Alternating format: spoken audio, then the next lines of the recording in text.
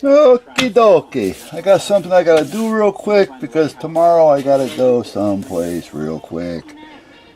So, I'm doing this in the reverse. Tomorrow, the firehouse is having a big hiring campaign going on. They're looking for both hiree and volunteer firemen. If you don't know anything, they'll train you. Let's talk volunteer. I personally always recommend that the younger generation, you know, once they start hitting that 18, 19, 20-year-old and they're trying to figure out what they want to do in life. Well, one thing is, you can meanwhile get involved with doing some volunteering in your community. Get a hold of the fire department, see if they're looking for volunteer firemen. They'll train you. You'll get an idea of what's going on.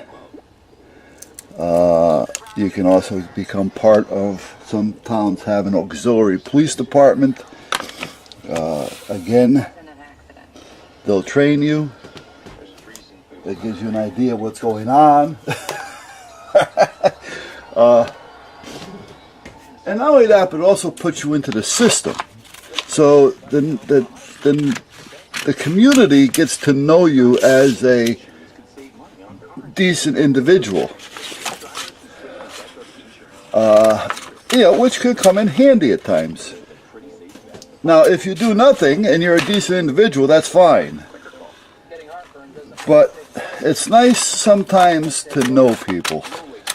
And sometimes knowing people can help you. And if you want to be known within the community that you live in, which is usually the best way to be, is this going to fit that? Yeah. It's good to get involved with some of the first responders and stuff, public safety. You know, you can get involved with some of the medical, where the hell's my little squeegee thing here? Hold on. The medical field, you can, sometimes they'll put you on as a driver of an ambulance or something, even though you don't know much about the actual first aid portion. You know, you're not an EMT or anything like that, but sometimes they need just drivers. You know, and these are just certain things that are out there that's available for the younger or older, anybody actually, but I recommend it to the younger because it can help them. You know? Now, some like sports, which is fine. You know, maybe you have to get into the sports because you're looking to get into college and you need that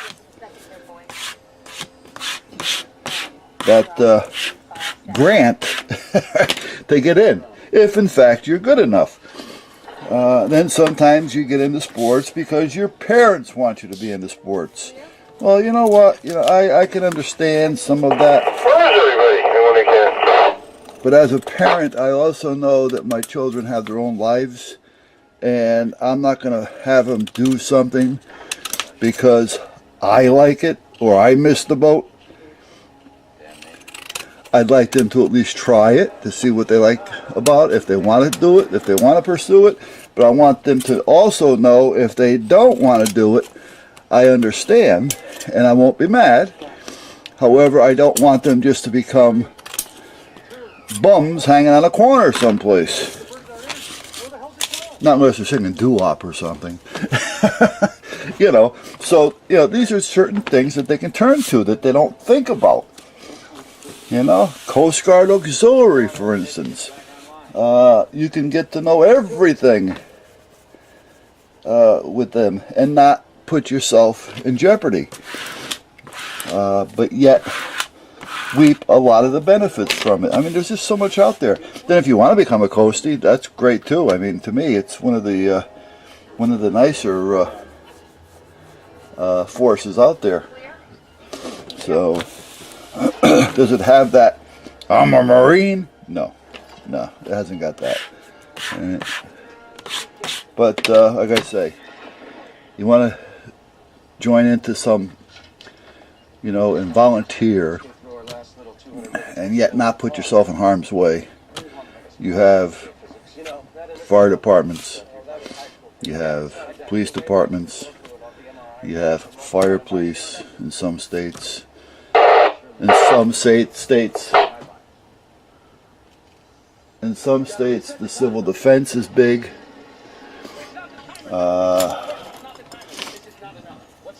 You have OSHA. You have FEMA. I mean, these organizations are always looking for help, and it's not help that's going to hurt you. You know, this is help that's only going to help you. You know, so it's not a bad thing to think outside the box once in a while. Like I say, now none of my kids are actually into sports. I gave them that opportunity. They can do what they want. I don't want them to live my life. I don't want to live my life through them. There's other ways of keeping them off the street. And they're all doing quite well, actually. All right, now, this really isn't the way to do this, believe me. But I don't have any silk screening equipment here or anything else. So what I'm doing is I cut this out on vinyl as if I was going to do a vinyl sign or vinyl lettering, but I did it in reverse. Instead of peeling off this part and leaving the letters, I peeled the letters out. And now I transferred it onto the t-shirt. So now, hold on a minute. So, believe it or not, paint. Now, am I afraid that the paint is going to run? I sure am. So, let me give this a little shake. Let me trip on the cap. Let me knock things on the floor.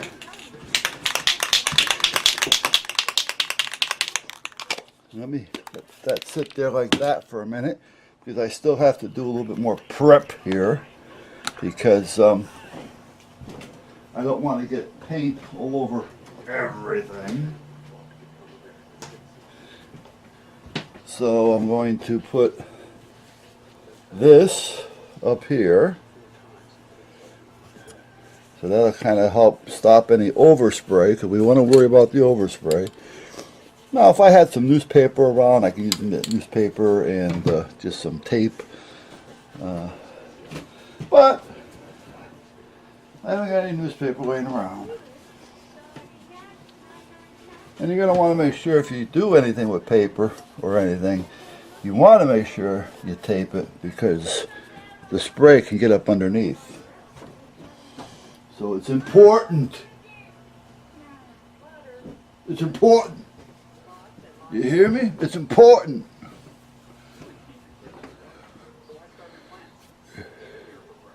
It is important to use tape. Now in my case, I have more than enough there, so I don't have to, and this is heavy enough to where it's not going to blow up. And I'm going to be spraying basically flat down. So that's what we got there. So now I'm going to take the clear. Now why am I going to use clear? Because I'm going to spray it with black. If the clear runs, we're not going to notice it. However, the clear will also seal the edges at the same time, preventing the black from running. Got that?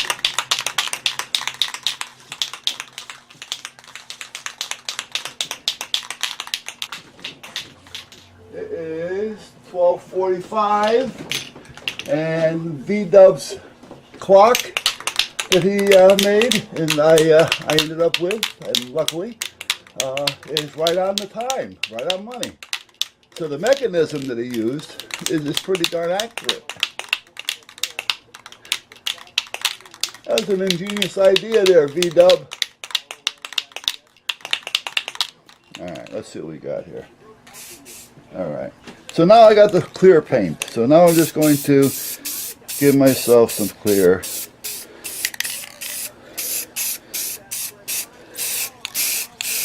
Now I don't have to worry about the clear too much.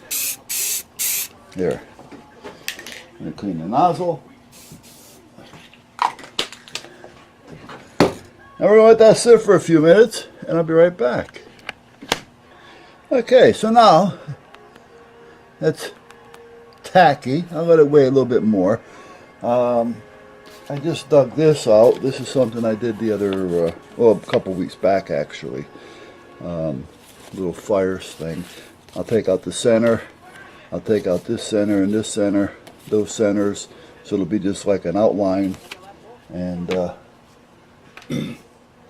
I can either have, which is already in there, but it would be a little too striagonous to really get striagonous. Who is this person? Anyway, it'll be a little on the tough side. Well, I might be able to put those in there by hand, but if not, I'll make those blank, and then I'll just put fireplace in the center. But meanwhile, back at the ranch, let me see what I have here.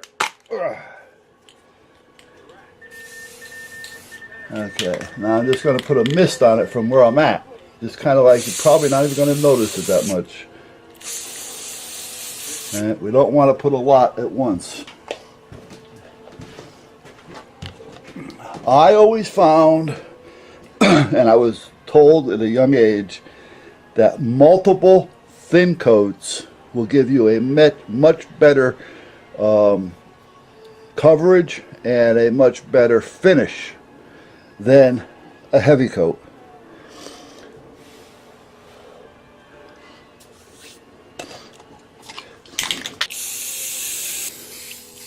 And this nozzle's starting to act up on me. Good thing I got other nozzles. Let me go get another nozzle. I'll be right back. Alright, now let's just give it a little trial run over here and finish this off. Alright. So that should be that. Be right back. There we are. Ta-da!